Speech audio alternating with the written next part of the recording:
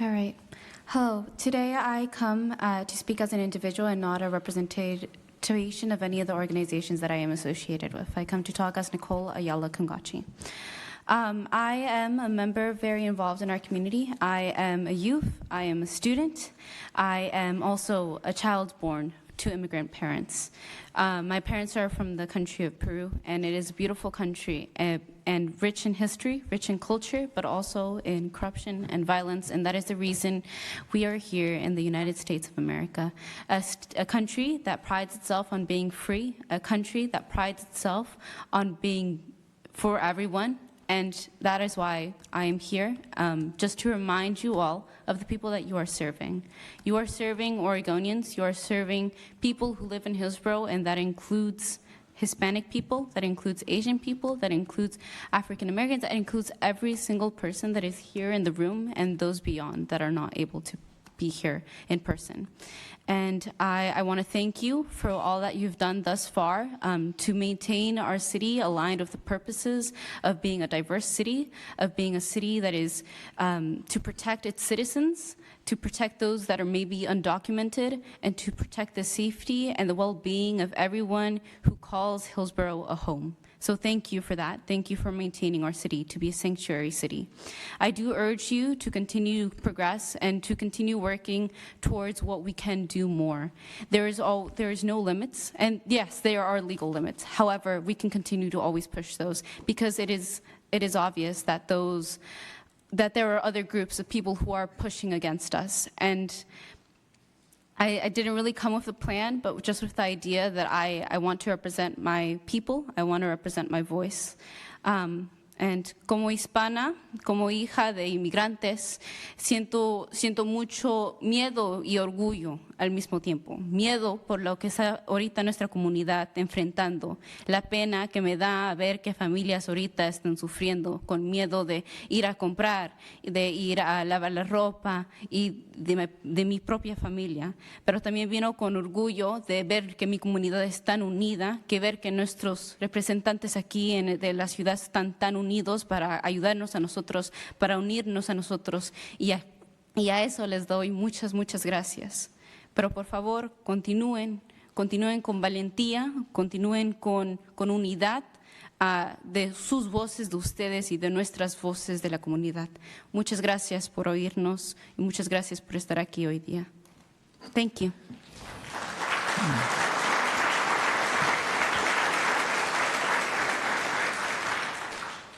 Josefina Flores, you're next, but hold up one second. William S., please come up. Gracias, Nicole. So William S. is coming up. Josefina, welcome. You have 3 minutes. Josefina, do you mind pressing the middle button on the console? And when it turns green, you are on. Do you mind restarting the 3 minutes? Yes. Thank you very much. Okay, go ahead. Thank you so much for listening to me, listen for everybody. So I live in here for more than 30 years in Washington County. Y realmente ahorita nuestra comunidad necesita nuestro apoyo para nuestros niños, nuestros jóvenes. Todos nuestros niños están mal, todos nuestros jóvenes están mal. De niños están pasando ya a ser, de jóvenes están pasando a ser adultos, agarrando responsabilidades de que están tratando de ayudar a sus papás. Entonces, ¿cómo podemos hacer para ayudar a nuestra comunidad? Todos estamos estresados, estamos mal. ¿Cómo nos van a ayudar ustedes como nuestros representantes de la comunidad a nuestra gente? Ustedes están ahí, prometieron ayudar a nuestra gente. ¿Cómo lo van a hacer? ¿Qué van a hacer? Ahorita nuestras familias están sufriendo, nuestros niños están sufriendo, nuestros jóvenes están pasando a ser adultos, están dejando las escuelas por ayudar a sus papás. Nuestros niños están preguntando dónde están sus papás, ya no llegan a casa. Ellos no entienden ahorita, piensan que mañana van a venir, pero no vienen. Por favor, ayuden a nuestra comunidad, a nuestros niños, a nuestros jóvenes. a las personas que están sufriendo y están pasando por todo esto. Todos estamos pasando, no conocemos a aquel que ya están agarrando, pero como comunidad nos duele a que estén sufriendo tanto y no podemos ayudarlos. ¿Cómo nos van a ayudar a ustedes? Ustedes están ahí para representarnos, para ayudarnos. Por favor, ayúdenos. Si no, de nada sirve todo esto. Nosotros estamos trabajando, ayudando a nuestra comunidad y como acaba de decir la muchacha, nos estamos uniendo. Pero sin su ayuda no podemos hacer nada. Cada condado, cada estado, cada lugar, ayuden a nuestra gente, por favor. Ayúdenos a nosotros. Ustedes no saben cuánto están sufriendo. Ustedes lo miran aquí, otras gentes lo miran acá, pero nosotros lo estamos viviendo y lo estamos sintiendo y lo estamos mirando. No es lo mismo estar allá que estar acá. Por favor, solo yo vine a pedirles para nuestra comunidad. Y muchas gracias por escucharnos. Nada de lo que escribí les dije. Nada de lo que estuve ahí. Les estoy diciendo lo que yo estoy sintiendo, lo que yo estoy mirando. Por favor, yo sé que ya se acabó mi tiempo. Gracias, pero Josefina. tome nuestra opinión. Gracias, Josefina.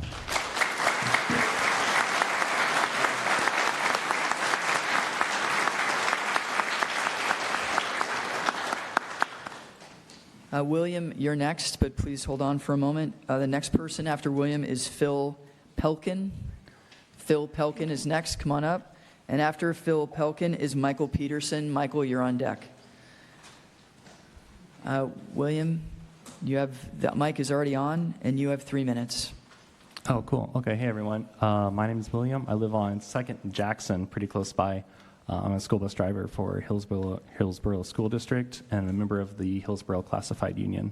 But I'm speaking for myself today. I moved here about a few months ago, but already feel at home and have been welcomed by my neighbors, the schools, and the coworkers. So this is the third meeting I've been to that allowed public comments. At this point, I don't think there's anything else we can tell you. Between our public comments, the news, and social media, you are all aware that the masked agents are kidnapping people off the street. And as far as I can tell, you've opened up some money to help Latino businesses and offered thoughts and prayers. And I missed the work section earlier today, but was able to take a look at the PowerPoint. And I'm not impressed. And it's frustrating that you're asking us to lower our expectations, telling us to wait when we really can't.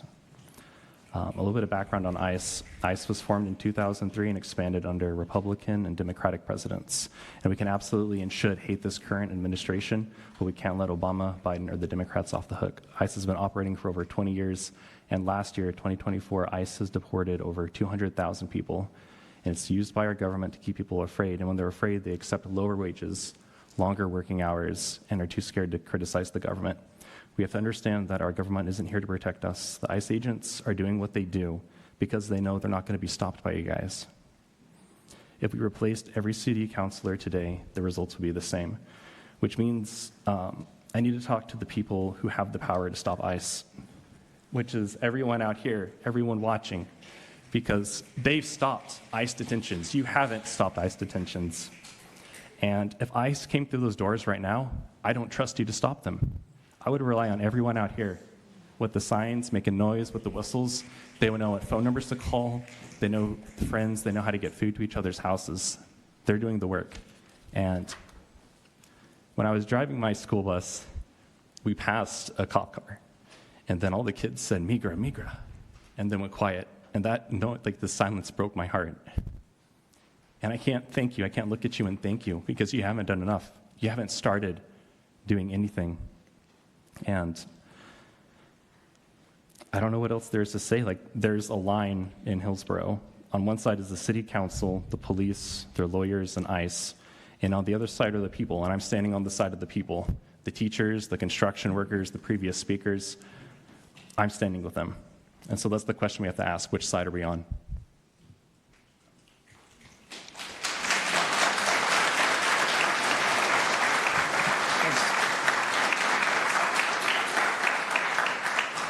Thank you, William. Phil Pelkin, you're next. Michael Peterson, you can come up to the podium. Phil, you have 3 minutes.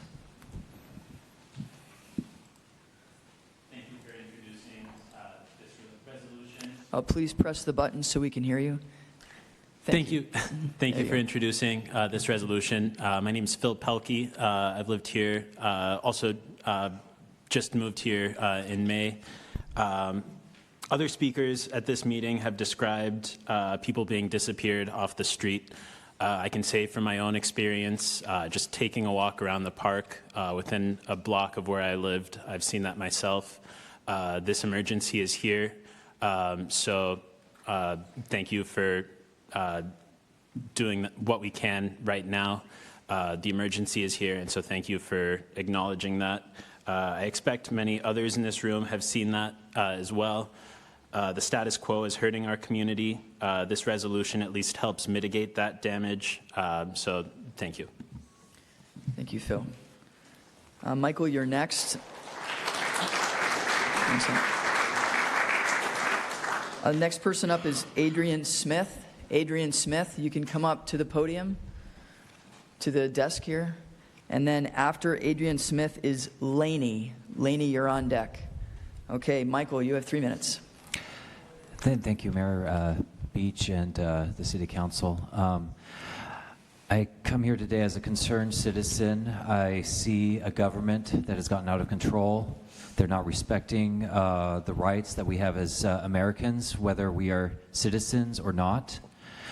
Those rights extend to everybody, as well they should. If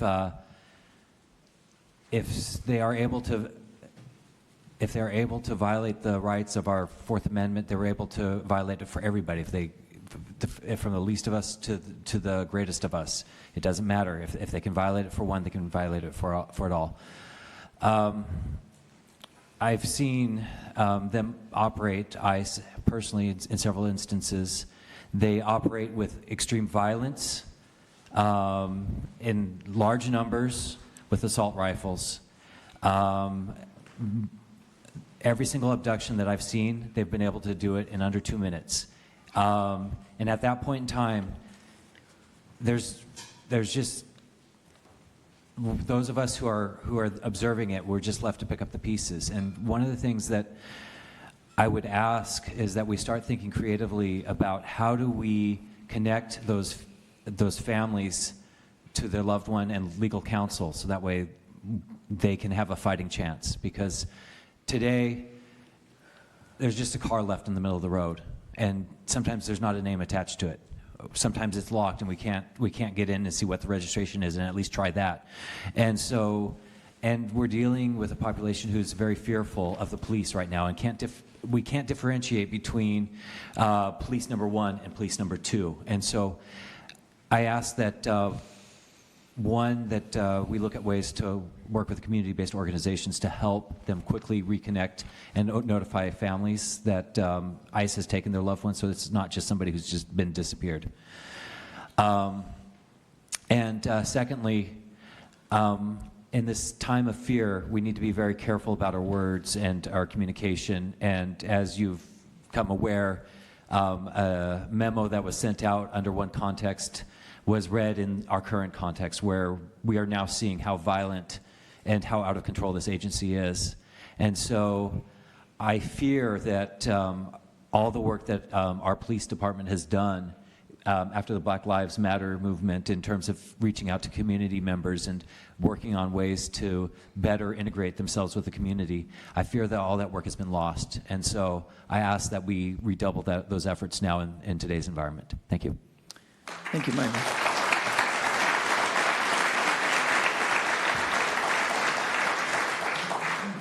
Adrian, you're next, but Laney can come up to the desk here, and then the next person on deck is Kimberly Fabian Martinez.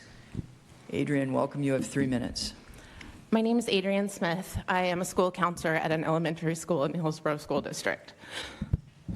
Speaking in front of all these people is terrifying, but I see the brave folks of this community get up and go to work, drop off and pick up their children at school, leave their homes to get food for their families, all while knowing that masked, racist, secret police could be lurking down the street to racially profile and ultimately kidnap them without cause, ripping them from their loved ones.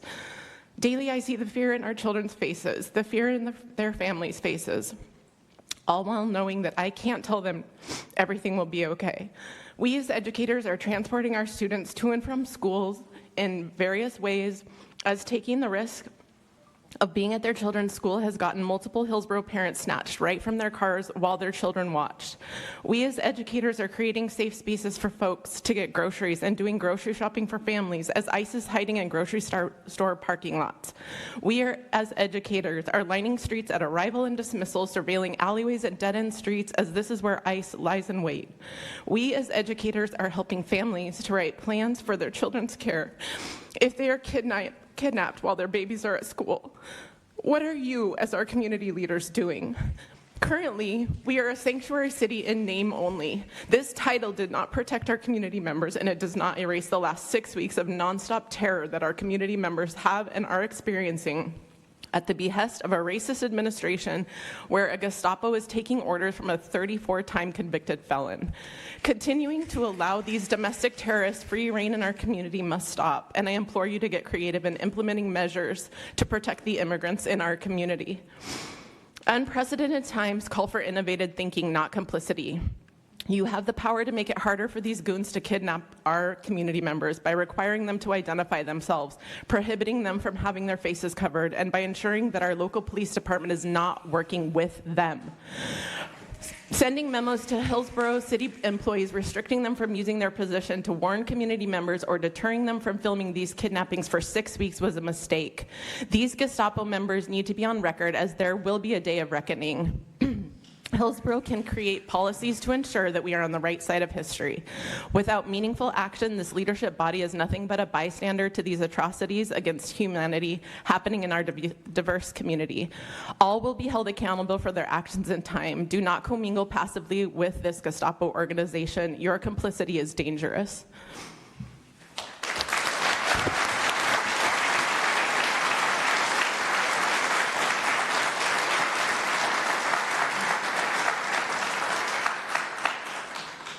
Kimberly Fabian Martinez, you can come up.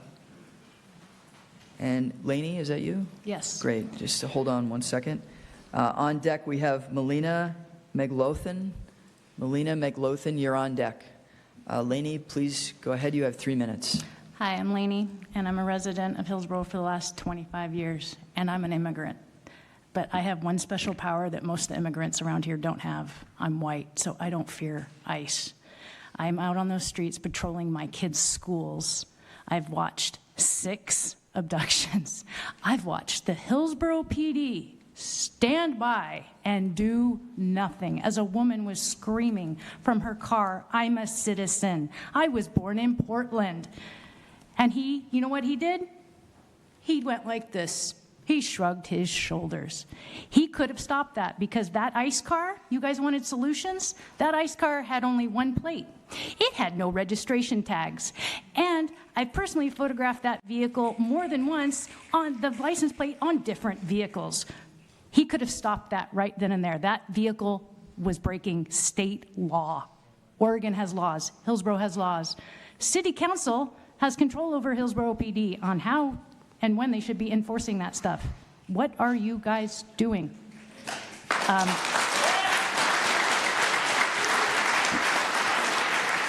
Except putting out memos telling staff not to record. Oh, and you only retracted the do not record. You did not retract don't tell people information. So what information about ICE are you guys withholding?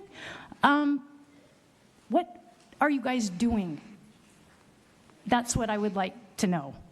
And you want solutions, but you guys aren't enforcing the solutions, like police need to police. And you guys need to stop withholding information. Thank you.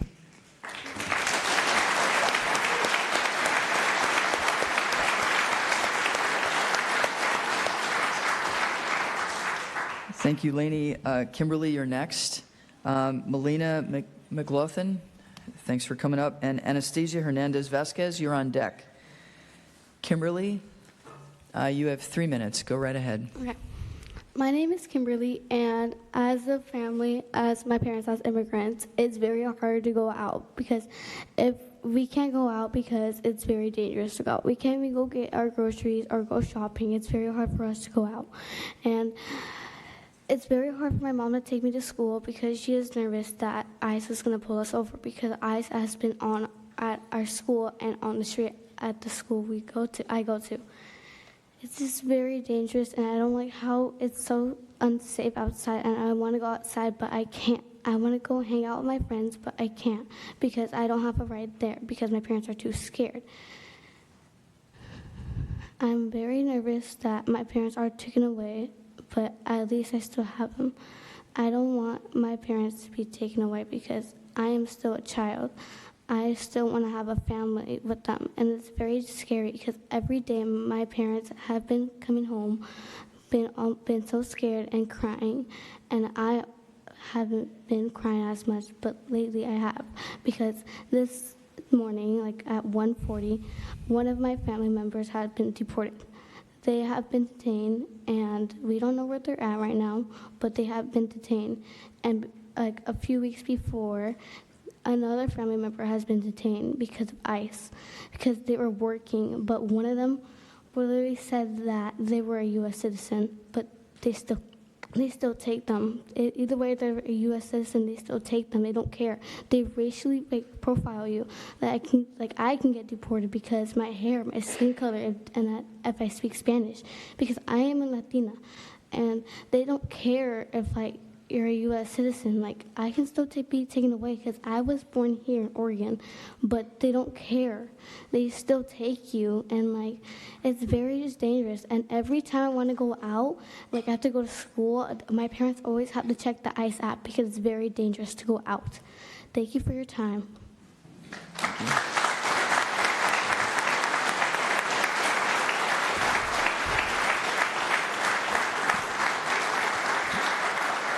Thank you, Kimberly. Melina, you're next. Anastasia Hernandez Vasquez, you can come up. And the person on deck is Erica Villa. Melina, go right ahead. You have 3 minutes. Thank you. Good evening. So I have lived in Hillsboro all of my life, and I went to school here, and I also work in Hillsboro. I am not here speaking for myself. I'm here speaking for my family who is not able to come and speak for themselves. The fear that they have day in and day out it's just so overwhelming.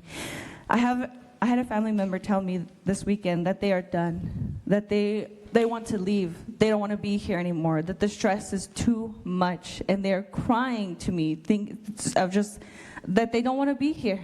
They are done with this. I also talked to somebody that their spouse was taken, and they were taken to Tacoma, and they were in a facility for 2 weeks. Those 2 weeks, they had no water, no food that was given to them, no food that was warmed up for them, no clean clothes, no shower. Imagine not taking a shower, being able to clean yourself for 2 weeks. Can you imagine that? Their spouse could not take it anymore, and they signed papers to self-deport. And when they signed those papers to self-deport, they got an applause, because of how they just couldn't take it anymore, to be in just being treated like an animal. This is not, these stories that we're hearing, these are not stories that are of hero stories or stories that are like, wow, they're so brave and this and that. This is a result of a government that is taking away rights and putting people in horrendous situations. Please do not forget that this is not, oh wow, our community is so strong and this and that. Yes, we are strong, but we should not be having to go through this at all. Nobody. And I'm done. Thank you. Thank you.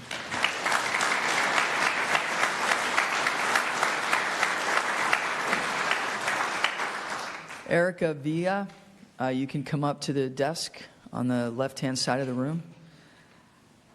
Barry Johnson-Smith, you're on deck. And Anastasia, you have 3 minutes. Thank you, Mayor Price, councilors, and community of Hillsboro for the opportunity to speak my truths. I want to start by saying Hitler didn't start with camps. He started with Make Germany Great Again slogans, banning books, bullying the press, blaming immigrants, turning neighbors into enemies, gutting the arts, fear-mongering about outsiders, and demonizing teachers. sounds like what we're going through now in this country. I am the wife of an immigrant, the mother of biracial children, the mother of an Army soldier who served 4 years in the Marines prior to going to the Army. My children are young adults in this community who live in fear every day for their father's well-being, their family's well-being, and their community's well-being. I'm a descendant of immigrants who was brought to this country due to the Nazis and their infiltration into my country. We lived in Germany, we moved to Russia, we went to Ukraine, we came to the United States to be sent to North Dakota, the Badlands, but we're still here. I want to say that the United States is not America. America includes Canada, Mexico, numerous other countries in Central America, the Caribbean, Costa Rica, Cuba, Haiti, and Jamaica. So these are American people. We have the ability to fight this. The threat is real. The fear is real. The government-sponsored domestic terrorism is real. We deserve better for our children, for our families. We don't need these goons breaking windows, pulling family members out of cars in front of children, and sometimes leaving children orphaned and having to figure out what's next with no parents. The last time that this man was in power, how many children disappeared under his watch? How many parents lost children and still haven't figured out what happened to them after all these years? Might I say that I heard that ICE is the third highest funded in the world, only under the United States military and Chinese military. That's terrifying. They're not the military. They're a small government agency that should not have the funding like they have. I have an inquiry. What would it mean if Hillsboro could support our community and withdraw from federal funding? Could we do it? Would our citizens be able to survive without having the feds in here? Would our citizens be better off without having these goons in our streets taking our people? So I just want to go ahead and say that I've read the Constitution. I love history. And what's happening is not constitutional and should not be happening in this country under the Constitution. We need to do something. We need to be that city who stands up and shows the rest. Thank you very much. Thank you very much.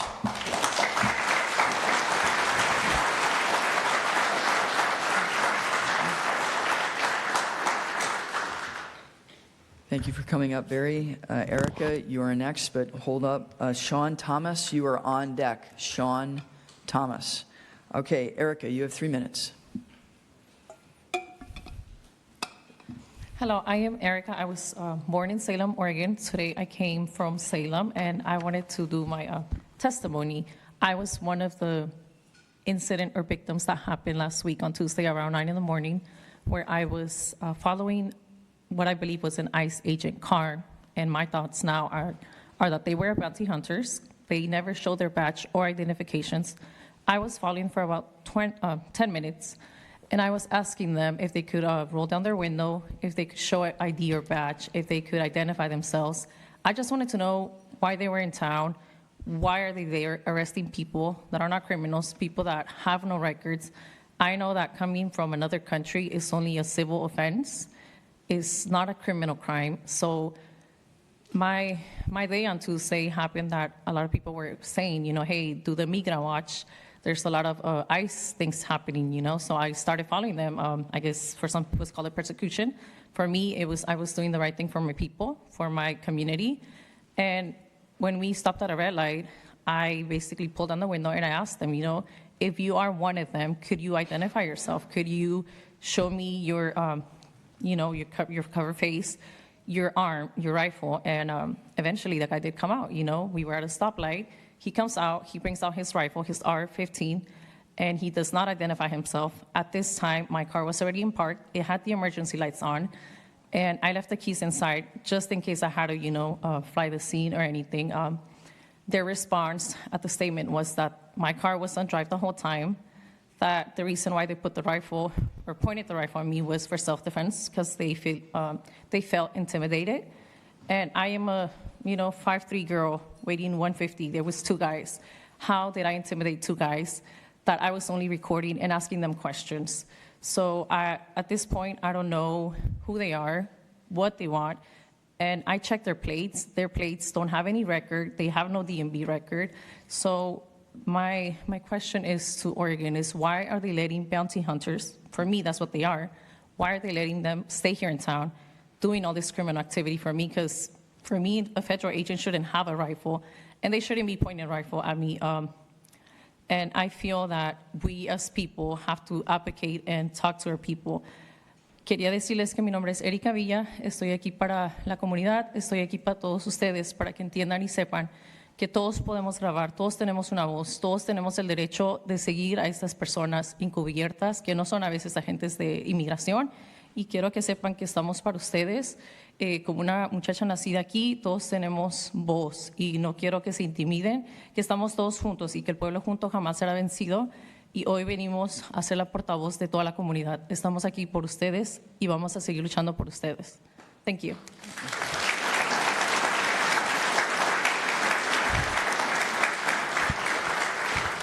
Thank you, Erica. Barry, you have 3 minutes, but hold tight. Sean Thomas, you are up next. Come on up to the table, the desk on the left-hand side of the room. And then Alex Sedeteno is on deck. Barry, you have 3 minutes. All right. Good evening, Council. I have a couple items to share with you and with our community members tonight. Yesterday, I organized an event with other concerned residents from Portland, Salem, Hillsboro, and Forest Grove to visit the state capitol. Our goal was to share our experience with the harm ICE is causing in our communities and to ask the state to work on legislation to address this issue. For everyone who came with me yesterday, they took time out of their busy schedule to attend. It was their first time visiting the Capitol and their first time engaging directly with legislators. Some of them are here in the room today. I want to congratulate them and recognize their courage in taking that step. From our conversations, we learned that the state is already working on several bills related to the concerns we raised about ICE activity. One proposal will require law enforcement officers to unmask and identify themselves so community members can clearly recognize what agency is present at a scene. Another, the one I have a copy right here, called Protect Your Door Act, which is a draft from Representative Leslie Munoz's office, would allow private citizens to sue federal agents who enter their property without proper identification or a warrant, including for any damage caused during such actions. I plan to get a list of immigrant-related bills that will be on the session for next year, so if anyone's interested in them, just let me know. I spoke with one legislator who's working on these bills, and he told me he is trying to stretch the boundaries of the law to address the situation. That is exactly what we are asking from you as well. We need you to stretch the boundaries of what's possible to protect and support community members impacted by ICE.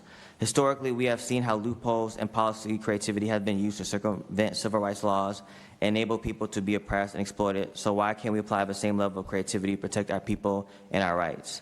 The resolution is a good first step in that direction. Before I close, I want to offer some feedback on the grant you posted last week for the CBOs to support immigrants. Several people came to me expressing concern about the language used, and some CBOs were discouraged from applying because of it. I know from my experience working in government, I understand why you frame it the way you did, as well as I know how to talk to Marcus to get clarification, but many others do not. This highlights a broader issue of community engagement, specifically the need to improve how you communicate with the public so people can better understand the decisions you make and why you write the documentation the way you do. I am more than willing to help you, and with that work, if you like my support, most of y'all know me, so feel free to reach out. Thank you.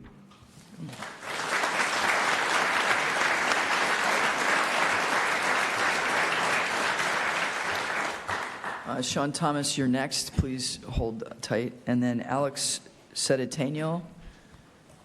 Are you Alex? Come on up. You can come up on the right-hand side desk. And then Aaron Palmer, you are on deck. Sean, you have 3 minutes. Hello.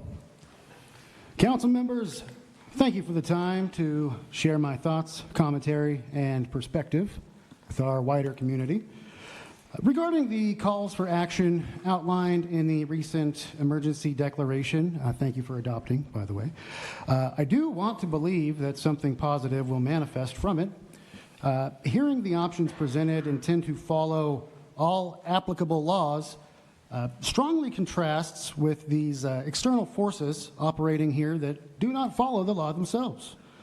Makes me ask, why are we burdened with remaining the responsible adults in the room? So we're clear on this, we're expected to legally combat these forces when our opposition openly disregards our laws and our rights with seemingly relished disdain. Hearing that the council recognizes the abuse our community members are enduring and seeing the wording that condemns it, I find myself asking, what is the action that can actually be taken here? Will any action be taken? How is this going to be enforced? And how will we feel protected? If these masked gangs of violent abductors hunting our friends and family will continue to be a presence in our community, then it makes me wonder what our options are. We're told not to engage. In fact, we're very likely to be labeled terrorists for documenting the illegal actions of ICE. So what can we as a community do?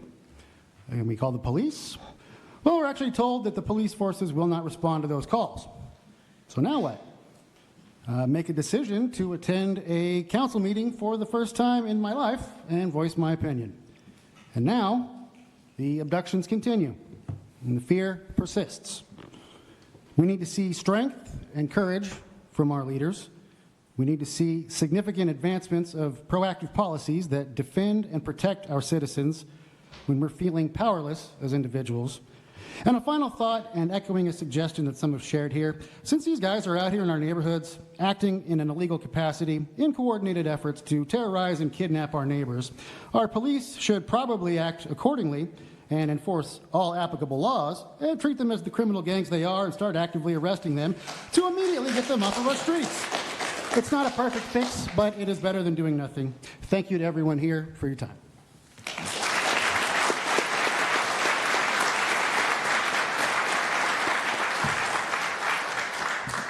Thank you, Sean. Aaron Palmer, you can come up. And I'll just put a reminder at the last meeting, if you agreed with what somebody was saying, I encourage you to snap so we can still hear what they're saying. If you clap, then we can't hear what they're saying. So encourage if you want to support, that's great, but if you snap, then we can still hear the testimony. Okay, Alex, you have 3 minutes. Yeah. Hello, everyone. My name is Alex Cerriteño, and first of all, thank you, Mayor Pace, for pronouncing that right. Because as someone with that last name, I do come here. Most of you can tell that that name isn't of a white or European descent. And I just want to start off first by saying I was here years ago when I was a kid, when the city of Hillsboro did agree and put into place that this would be a sanctuary city. And at that time, I did believe that that would help us. I do think it has at some capacity.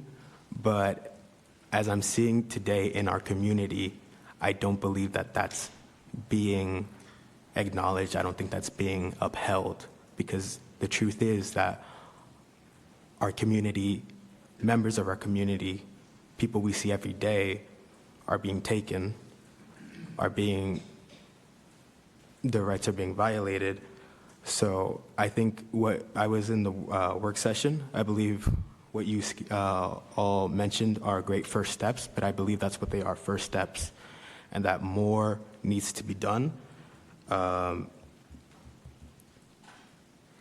think working with other communities and cities, such as the ones that are around us, such as Forest Grove, Cornelius, Beaverton, needs to be done because, as you can see, when our community shows up, things happen. People make things happen. And so if we have more people within our state of Oregon working together, then that's when real change is seen. And one other thing that I want to touch on is that the people here who are speaking up for the people who are not here, that is something that you should also see, is that people with skin like mine, people who are darker shades, they're afraid to step out of their house. They're afraid to show up here to advocate for themselves. That's why we have all these people advocating for them. And I also think that another point to be made is that keeping the community informed. Where I work, we have the Know Your Rights cards, the red cards. When they come in, people say, I didn't know you guys had these. I didn't know, like, my rights. Basically, they don't know their rights. People need to know their rights, and I believe that you, as the council and the city, should also, let people know that you're standing with them. And I'll use these last 10 seconds to say that, I'll say this in Spanish, estoy orgulloso de mis raíces, estoy orgulloso de mi gente, todos aquí son mi gente, son mi comunidad. And I need you guys to stand up for us. Thank you. Gracias, X.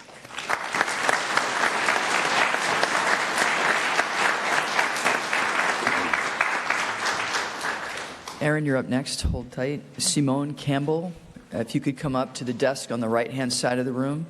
Simone Campbell. And then Emily Cordo, you are on deck. Aaron, you have 3 minutes. Thank you. Good evening. My name is Erin Palmer, and I am a Hillsboro resident and a business owner. And I'm here tonight because the city is failing to turn words into action when it comes to protecting our community. My dear friend Victor Cruz was illegally and wrongfully detained by ICE for 25 days. And do you know who was doing the work to save him? His daughter Siri, myself, and Counselor Sinclair, every day for 25 days. We are not lawyers and we are not crisis professionals, and yet we were sent out like lambs to the slaughter as we fought against a federal agency for Victor's freedom and for the safety of all of Hillsboro. And it was our relentless effort, not the city's. It was our efforts that engaged Congresswoman Bonamici, that brought media attention, and that finally helped free Victor. We did the heavy lifting and we protected Victor, but the city did not protect us, and you are not protecting the rest of the community. Our Latino neighbors are being terrorized and families are being dismantled. Meanwhile, our local businesses are collapsing. Many are down by half or more. The joy, the life, the spirit of Hillsboro, it's draining out of our town. And let me ask you this, any parents here? Any parents here tonight? I have received phone calls from 3 different women that I have never met who saw me on the news and asked me if in the event that ICE detains them, if I would take their children.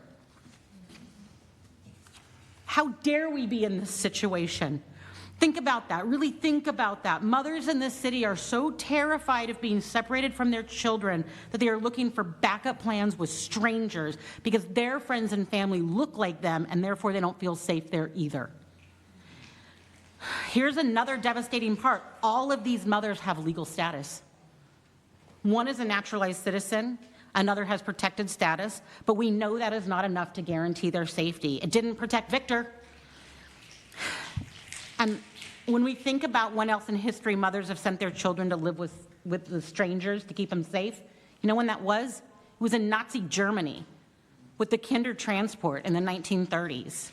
And that's the level of fear we have in Hillsboro in 2025. You cannot continue to call yourselves leaders while the residents of the city are doing the work that you are unwilling to do. We are fighting for each other. We are protecting our community. And what I see too many people doing is having an unwillingness to be uncomfortable. Silence is not neutrality. Science is complicity. And when you do nothing, you are choosing harm. Get brave, get uncomfortable, and get to work for Victor, for our families, and for all of Hillsboro. Thank you. Thank you, Aaron.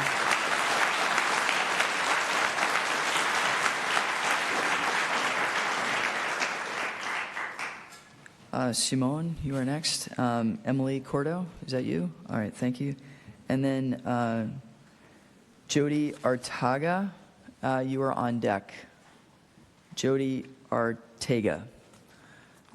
Simone, you have 3 minutes. Thank you, Mayor. My name is Simone Campbell, and I'm a resident here in Hillsboro for the last 5 years. My partner and I own a home in Old Aranco. I'm almost dumbfounded. I don't know what to say because the last person that was speaking, I just kind of want to say, yeah, which that lady said. My family goes back in this country to the early colonizers. Okay, I'm from New York originally. My father helped build the trade towers. My brother watched them come down. His son, my nephew, built them back up. To say I'm an American patriot is an understatement. that I am no more American than any brown person that is in this room, any brown person that is afraid to be in this room, for every empty seat that is in this room. Mayor, I took your advice from your TikToks or your Facebook, and I went to the local Mercado today. Thank you. I did a bunch of shopping, walked around looking for someone to help me know what to buy, looking to make contact with people. So you can say, you see me, right? You see me wanting to help you, you see me wanting to be an ally, I'm trying. And they're looking at me like, get to buying stuff, lady. Your white privilege demands that you be here and stand for me, stand next to me, stand in front of me if I need you to. So then I took all of that stuff and I went down to one of the little free pantry fridges that one of our community members, who's very well known, puts out in front of her house. And I stuffed it in there for the people that can't get out to the stores. And now I'm worried about, well, what about the people going to that refrigerator? What are they going to do if they know that someone's watching them? So now I go, okay, I bet I can deliver some groceries. We need to do more. I'm from New Jersey originally, and I got to say, we would not be taking some of the shit that we are seeing happening here. We would not be. My ancestors demand more of me. Your ancestors demand more of you. I do the things I should do. I put a free library out in front of my house. I now convert it to a pantry. I do the things that I can do to help out. I vote the way I need to vote. So when I lay my head down at night, I can feel better about myself. Bullshit. I demand more of myself and everyone else because it is the least I can do as an American. This dream we promised people. This fantasy that we've promised people. We will stand you up, but we will not stand next to you or behind you when where is the good trouble that we are supposed to get into? I'm calling you to the line, all of you up here. Stand to the line and get in some good trouble. You want to be safe? No one's safe. That's the truth. Thank you, Simone.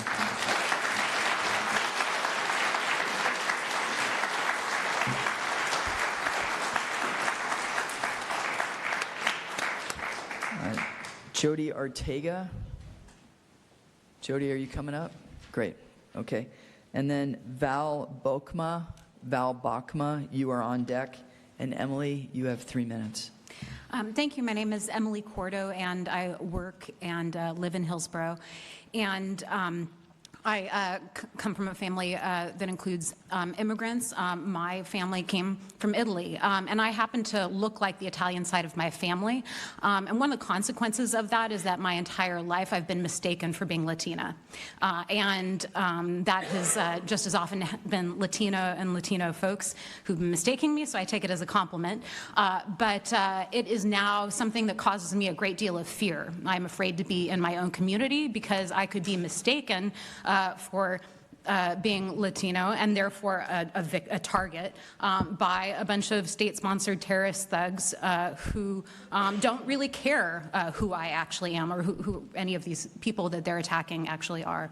A couple of weeks ago, my neighbor's son came to my front door and said, my Lyft didn't show up to get to work, and if I'm late for work one more time, I'm going to get fired. He's Latino, and obviously I wanted to help him out. I want him to succeed. He's my neighbor, but I was afraid. I don't know what his immigration status is. I don't know what's going to happen to me if I'm driving down the road with somebody in my car who may or may not be a U.S. citizen. But of course, I gave him the ride because we have to take risks when we're faced with this kind of danger. And I'm really happy to see this resolution. I'm happy to hear about the other changes that are being made in terms of allowing the employees to film ICE. But it's not enough. This is defense, and we need to play offense. The people who are doing this, they don't care what the laws are. They're very happy to act now in defense of evil and to face the legal ramifications later if those ever come about. And it is time for Hillsboro to look at what it would mean to take strong, powerful action in defense of our community, and then face the legal consequences later if that's what we have to do. I spent 10 years practicing law. I'm no longer a lawyer, but in that time, what I saw is that people get away with a lot that's illegal, and maybe it's time that the people who are on the side of good start pushing the boundaries a little bit and being willing to defend those actions in court if necessary. Because what's happening right now is tearing our community apart. It's dividing neighbor from neighbor, and it's unacceptable. And so I thank you for what you've done so far, but I would strongly encourage you to have the moral courage that it requires to do what is necessary at this time. Thank you. Thank you, Emily.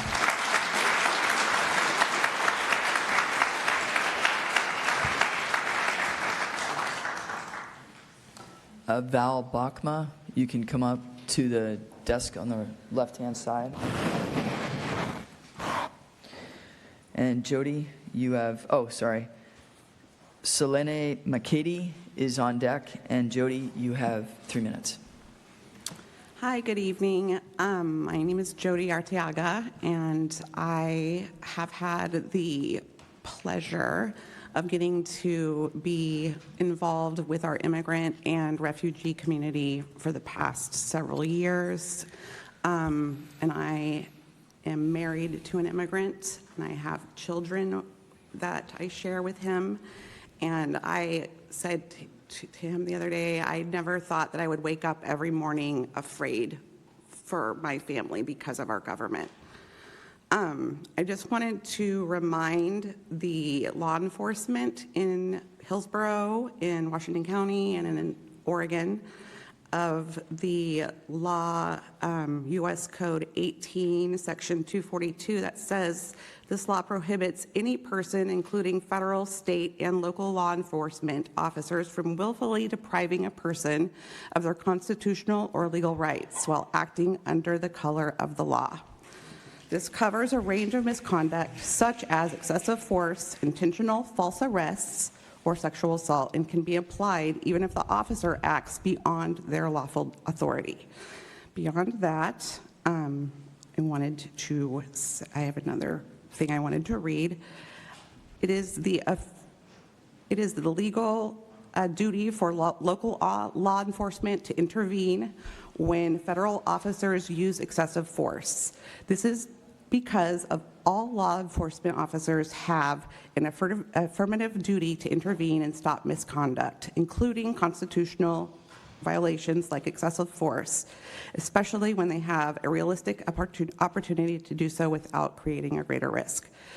All law enforcement officers, whether local or federal, have an affirmative duty to intervene when they witness another officer using excessive force or violating constitutional rights. The duty to intervene exists when an officer observes or has reason to know that a constitutional right has been violated.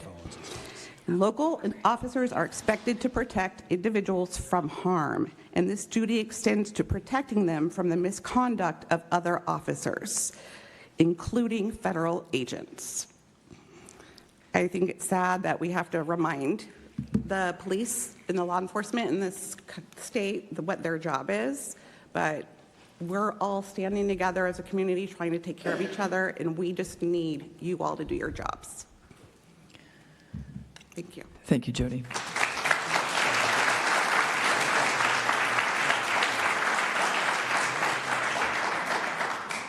Val, is that you? Val? Yeah. Is that you? Right here? Okay, so 1 second. Selene or Selene McCady? Okay, thank you. And then Dirk Knudsen, you are on deck. Val, you have 3 minutes. My name is Val Bachma, and I've lived in Hillsboro for 35 years. Our community is under assault. U.S. Customs and Border Protection reports that their agents have made more than 560 arrests across the Portland area in the month of October. These agents are heavily armed. In some cases, they display no badges. They usually wear masks and refuse to identify themselves or show any warrants. They have quotas to meet, and they don't care whether the people they take are documented, undocumented, or U.S. citizens. In many cases, they are treating people brutally and cruelly. and many of their actions are not, to be clear, legal detainments. No warrant is presented, there's no due process, no access to attorneys, and our legislators with oversight responsibilities are being denied access to the facilities.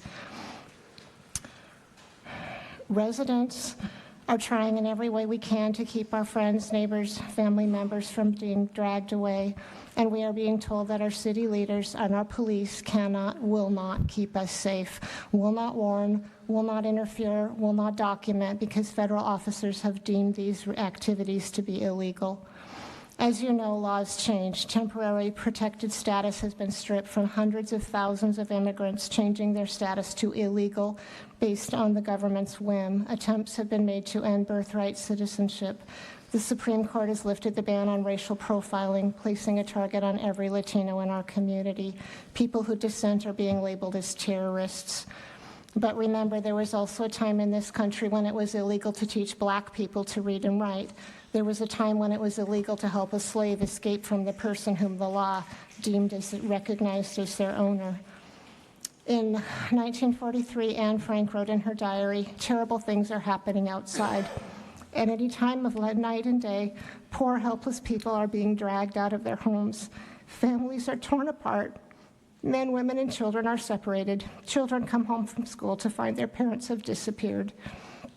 No one that I know excuses the horrors that were perpetrated on vulnerable people throughout history because they were, at the time, legal. And none of these laws changed because people were compliant. We want our leaders to have integrity, but also courage and compassion and a moral compass that is independent of the administration's whims. And so I am urging the city to reconsider what it can do to protect our communities. In addition to providing grant funding and posting resources on its webpage, the city needs to do more. At the very least, police need to record every immigration interaction that they possibly can and maintain a comprehensive database. And they need to reconsider the way they interact with community members who are impacted by ICE, because their demeanor is raising the question of whether they are not just compliant with ICE, but also complicit. Thank you, Val.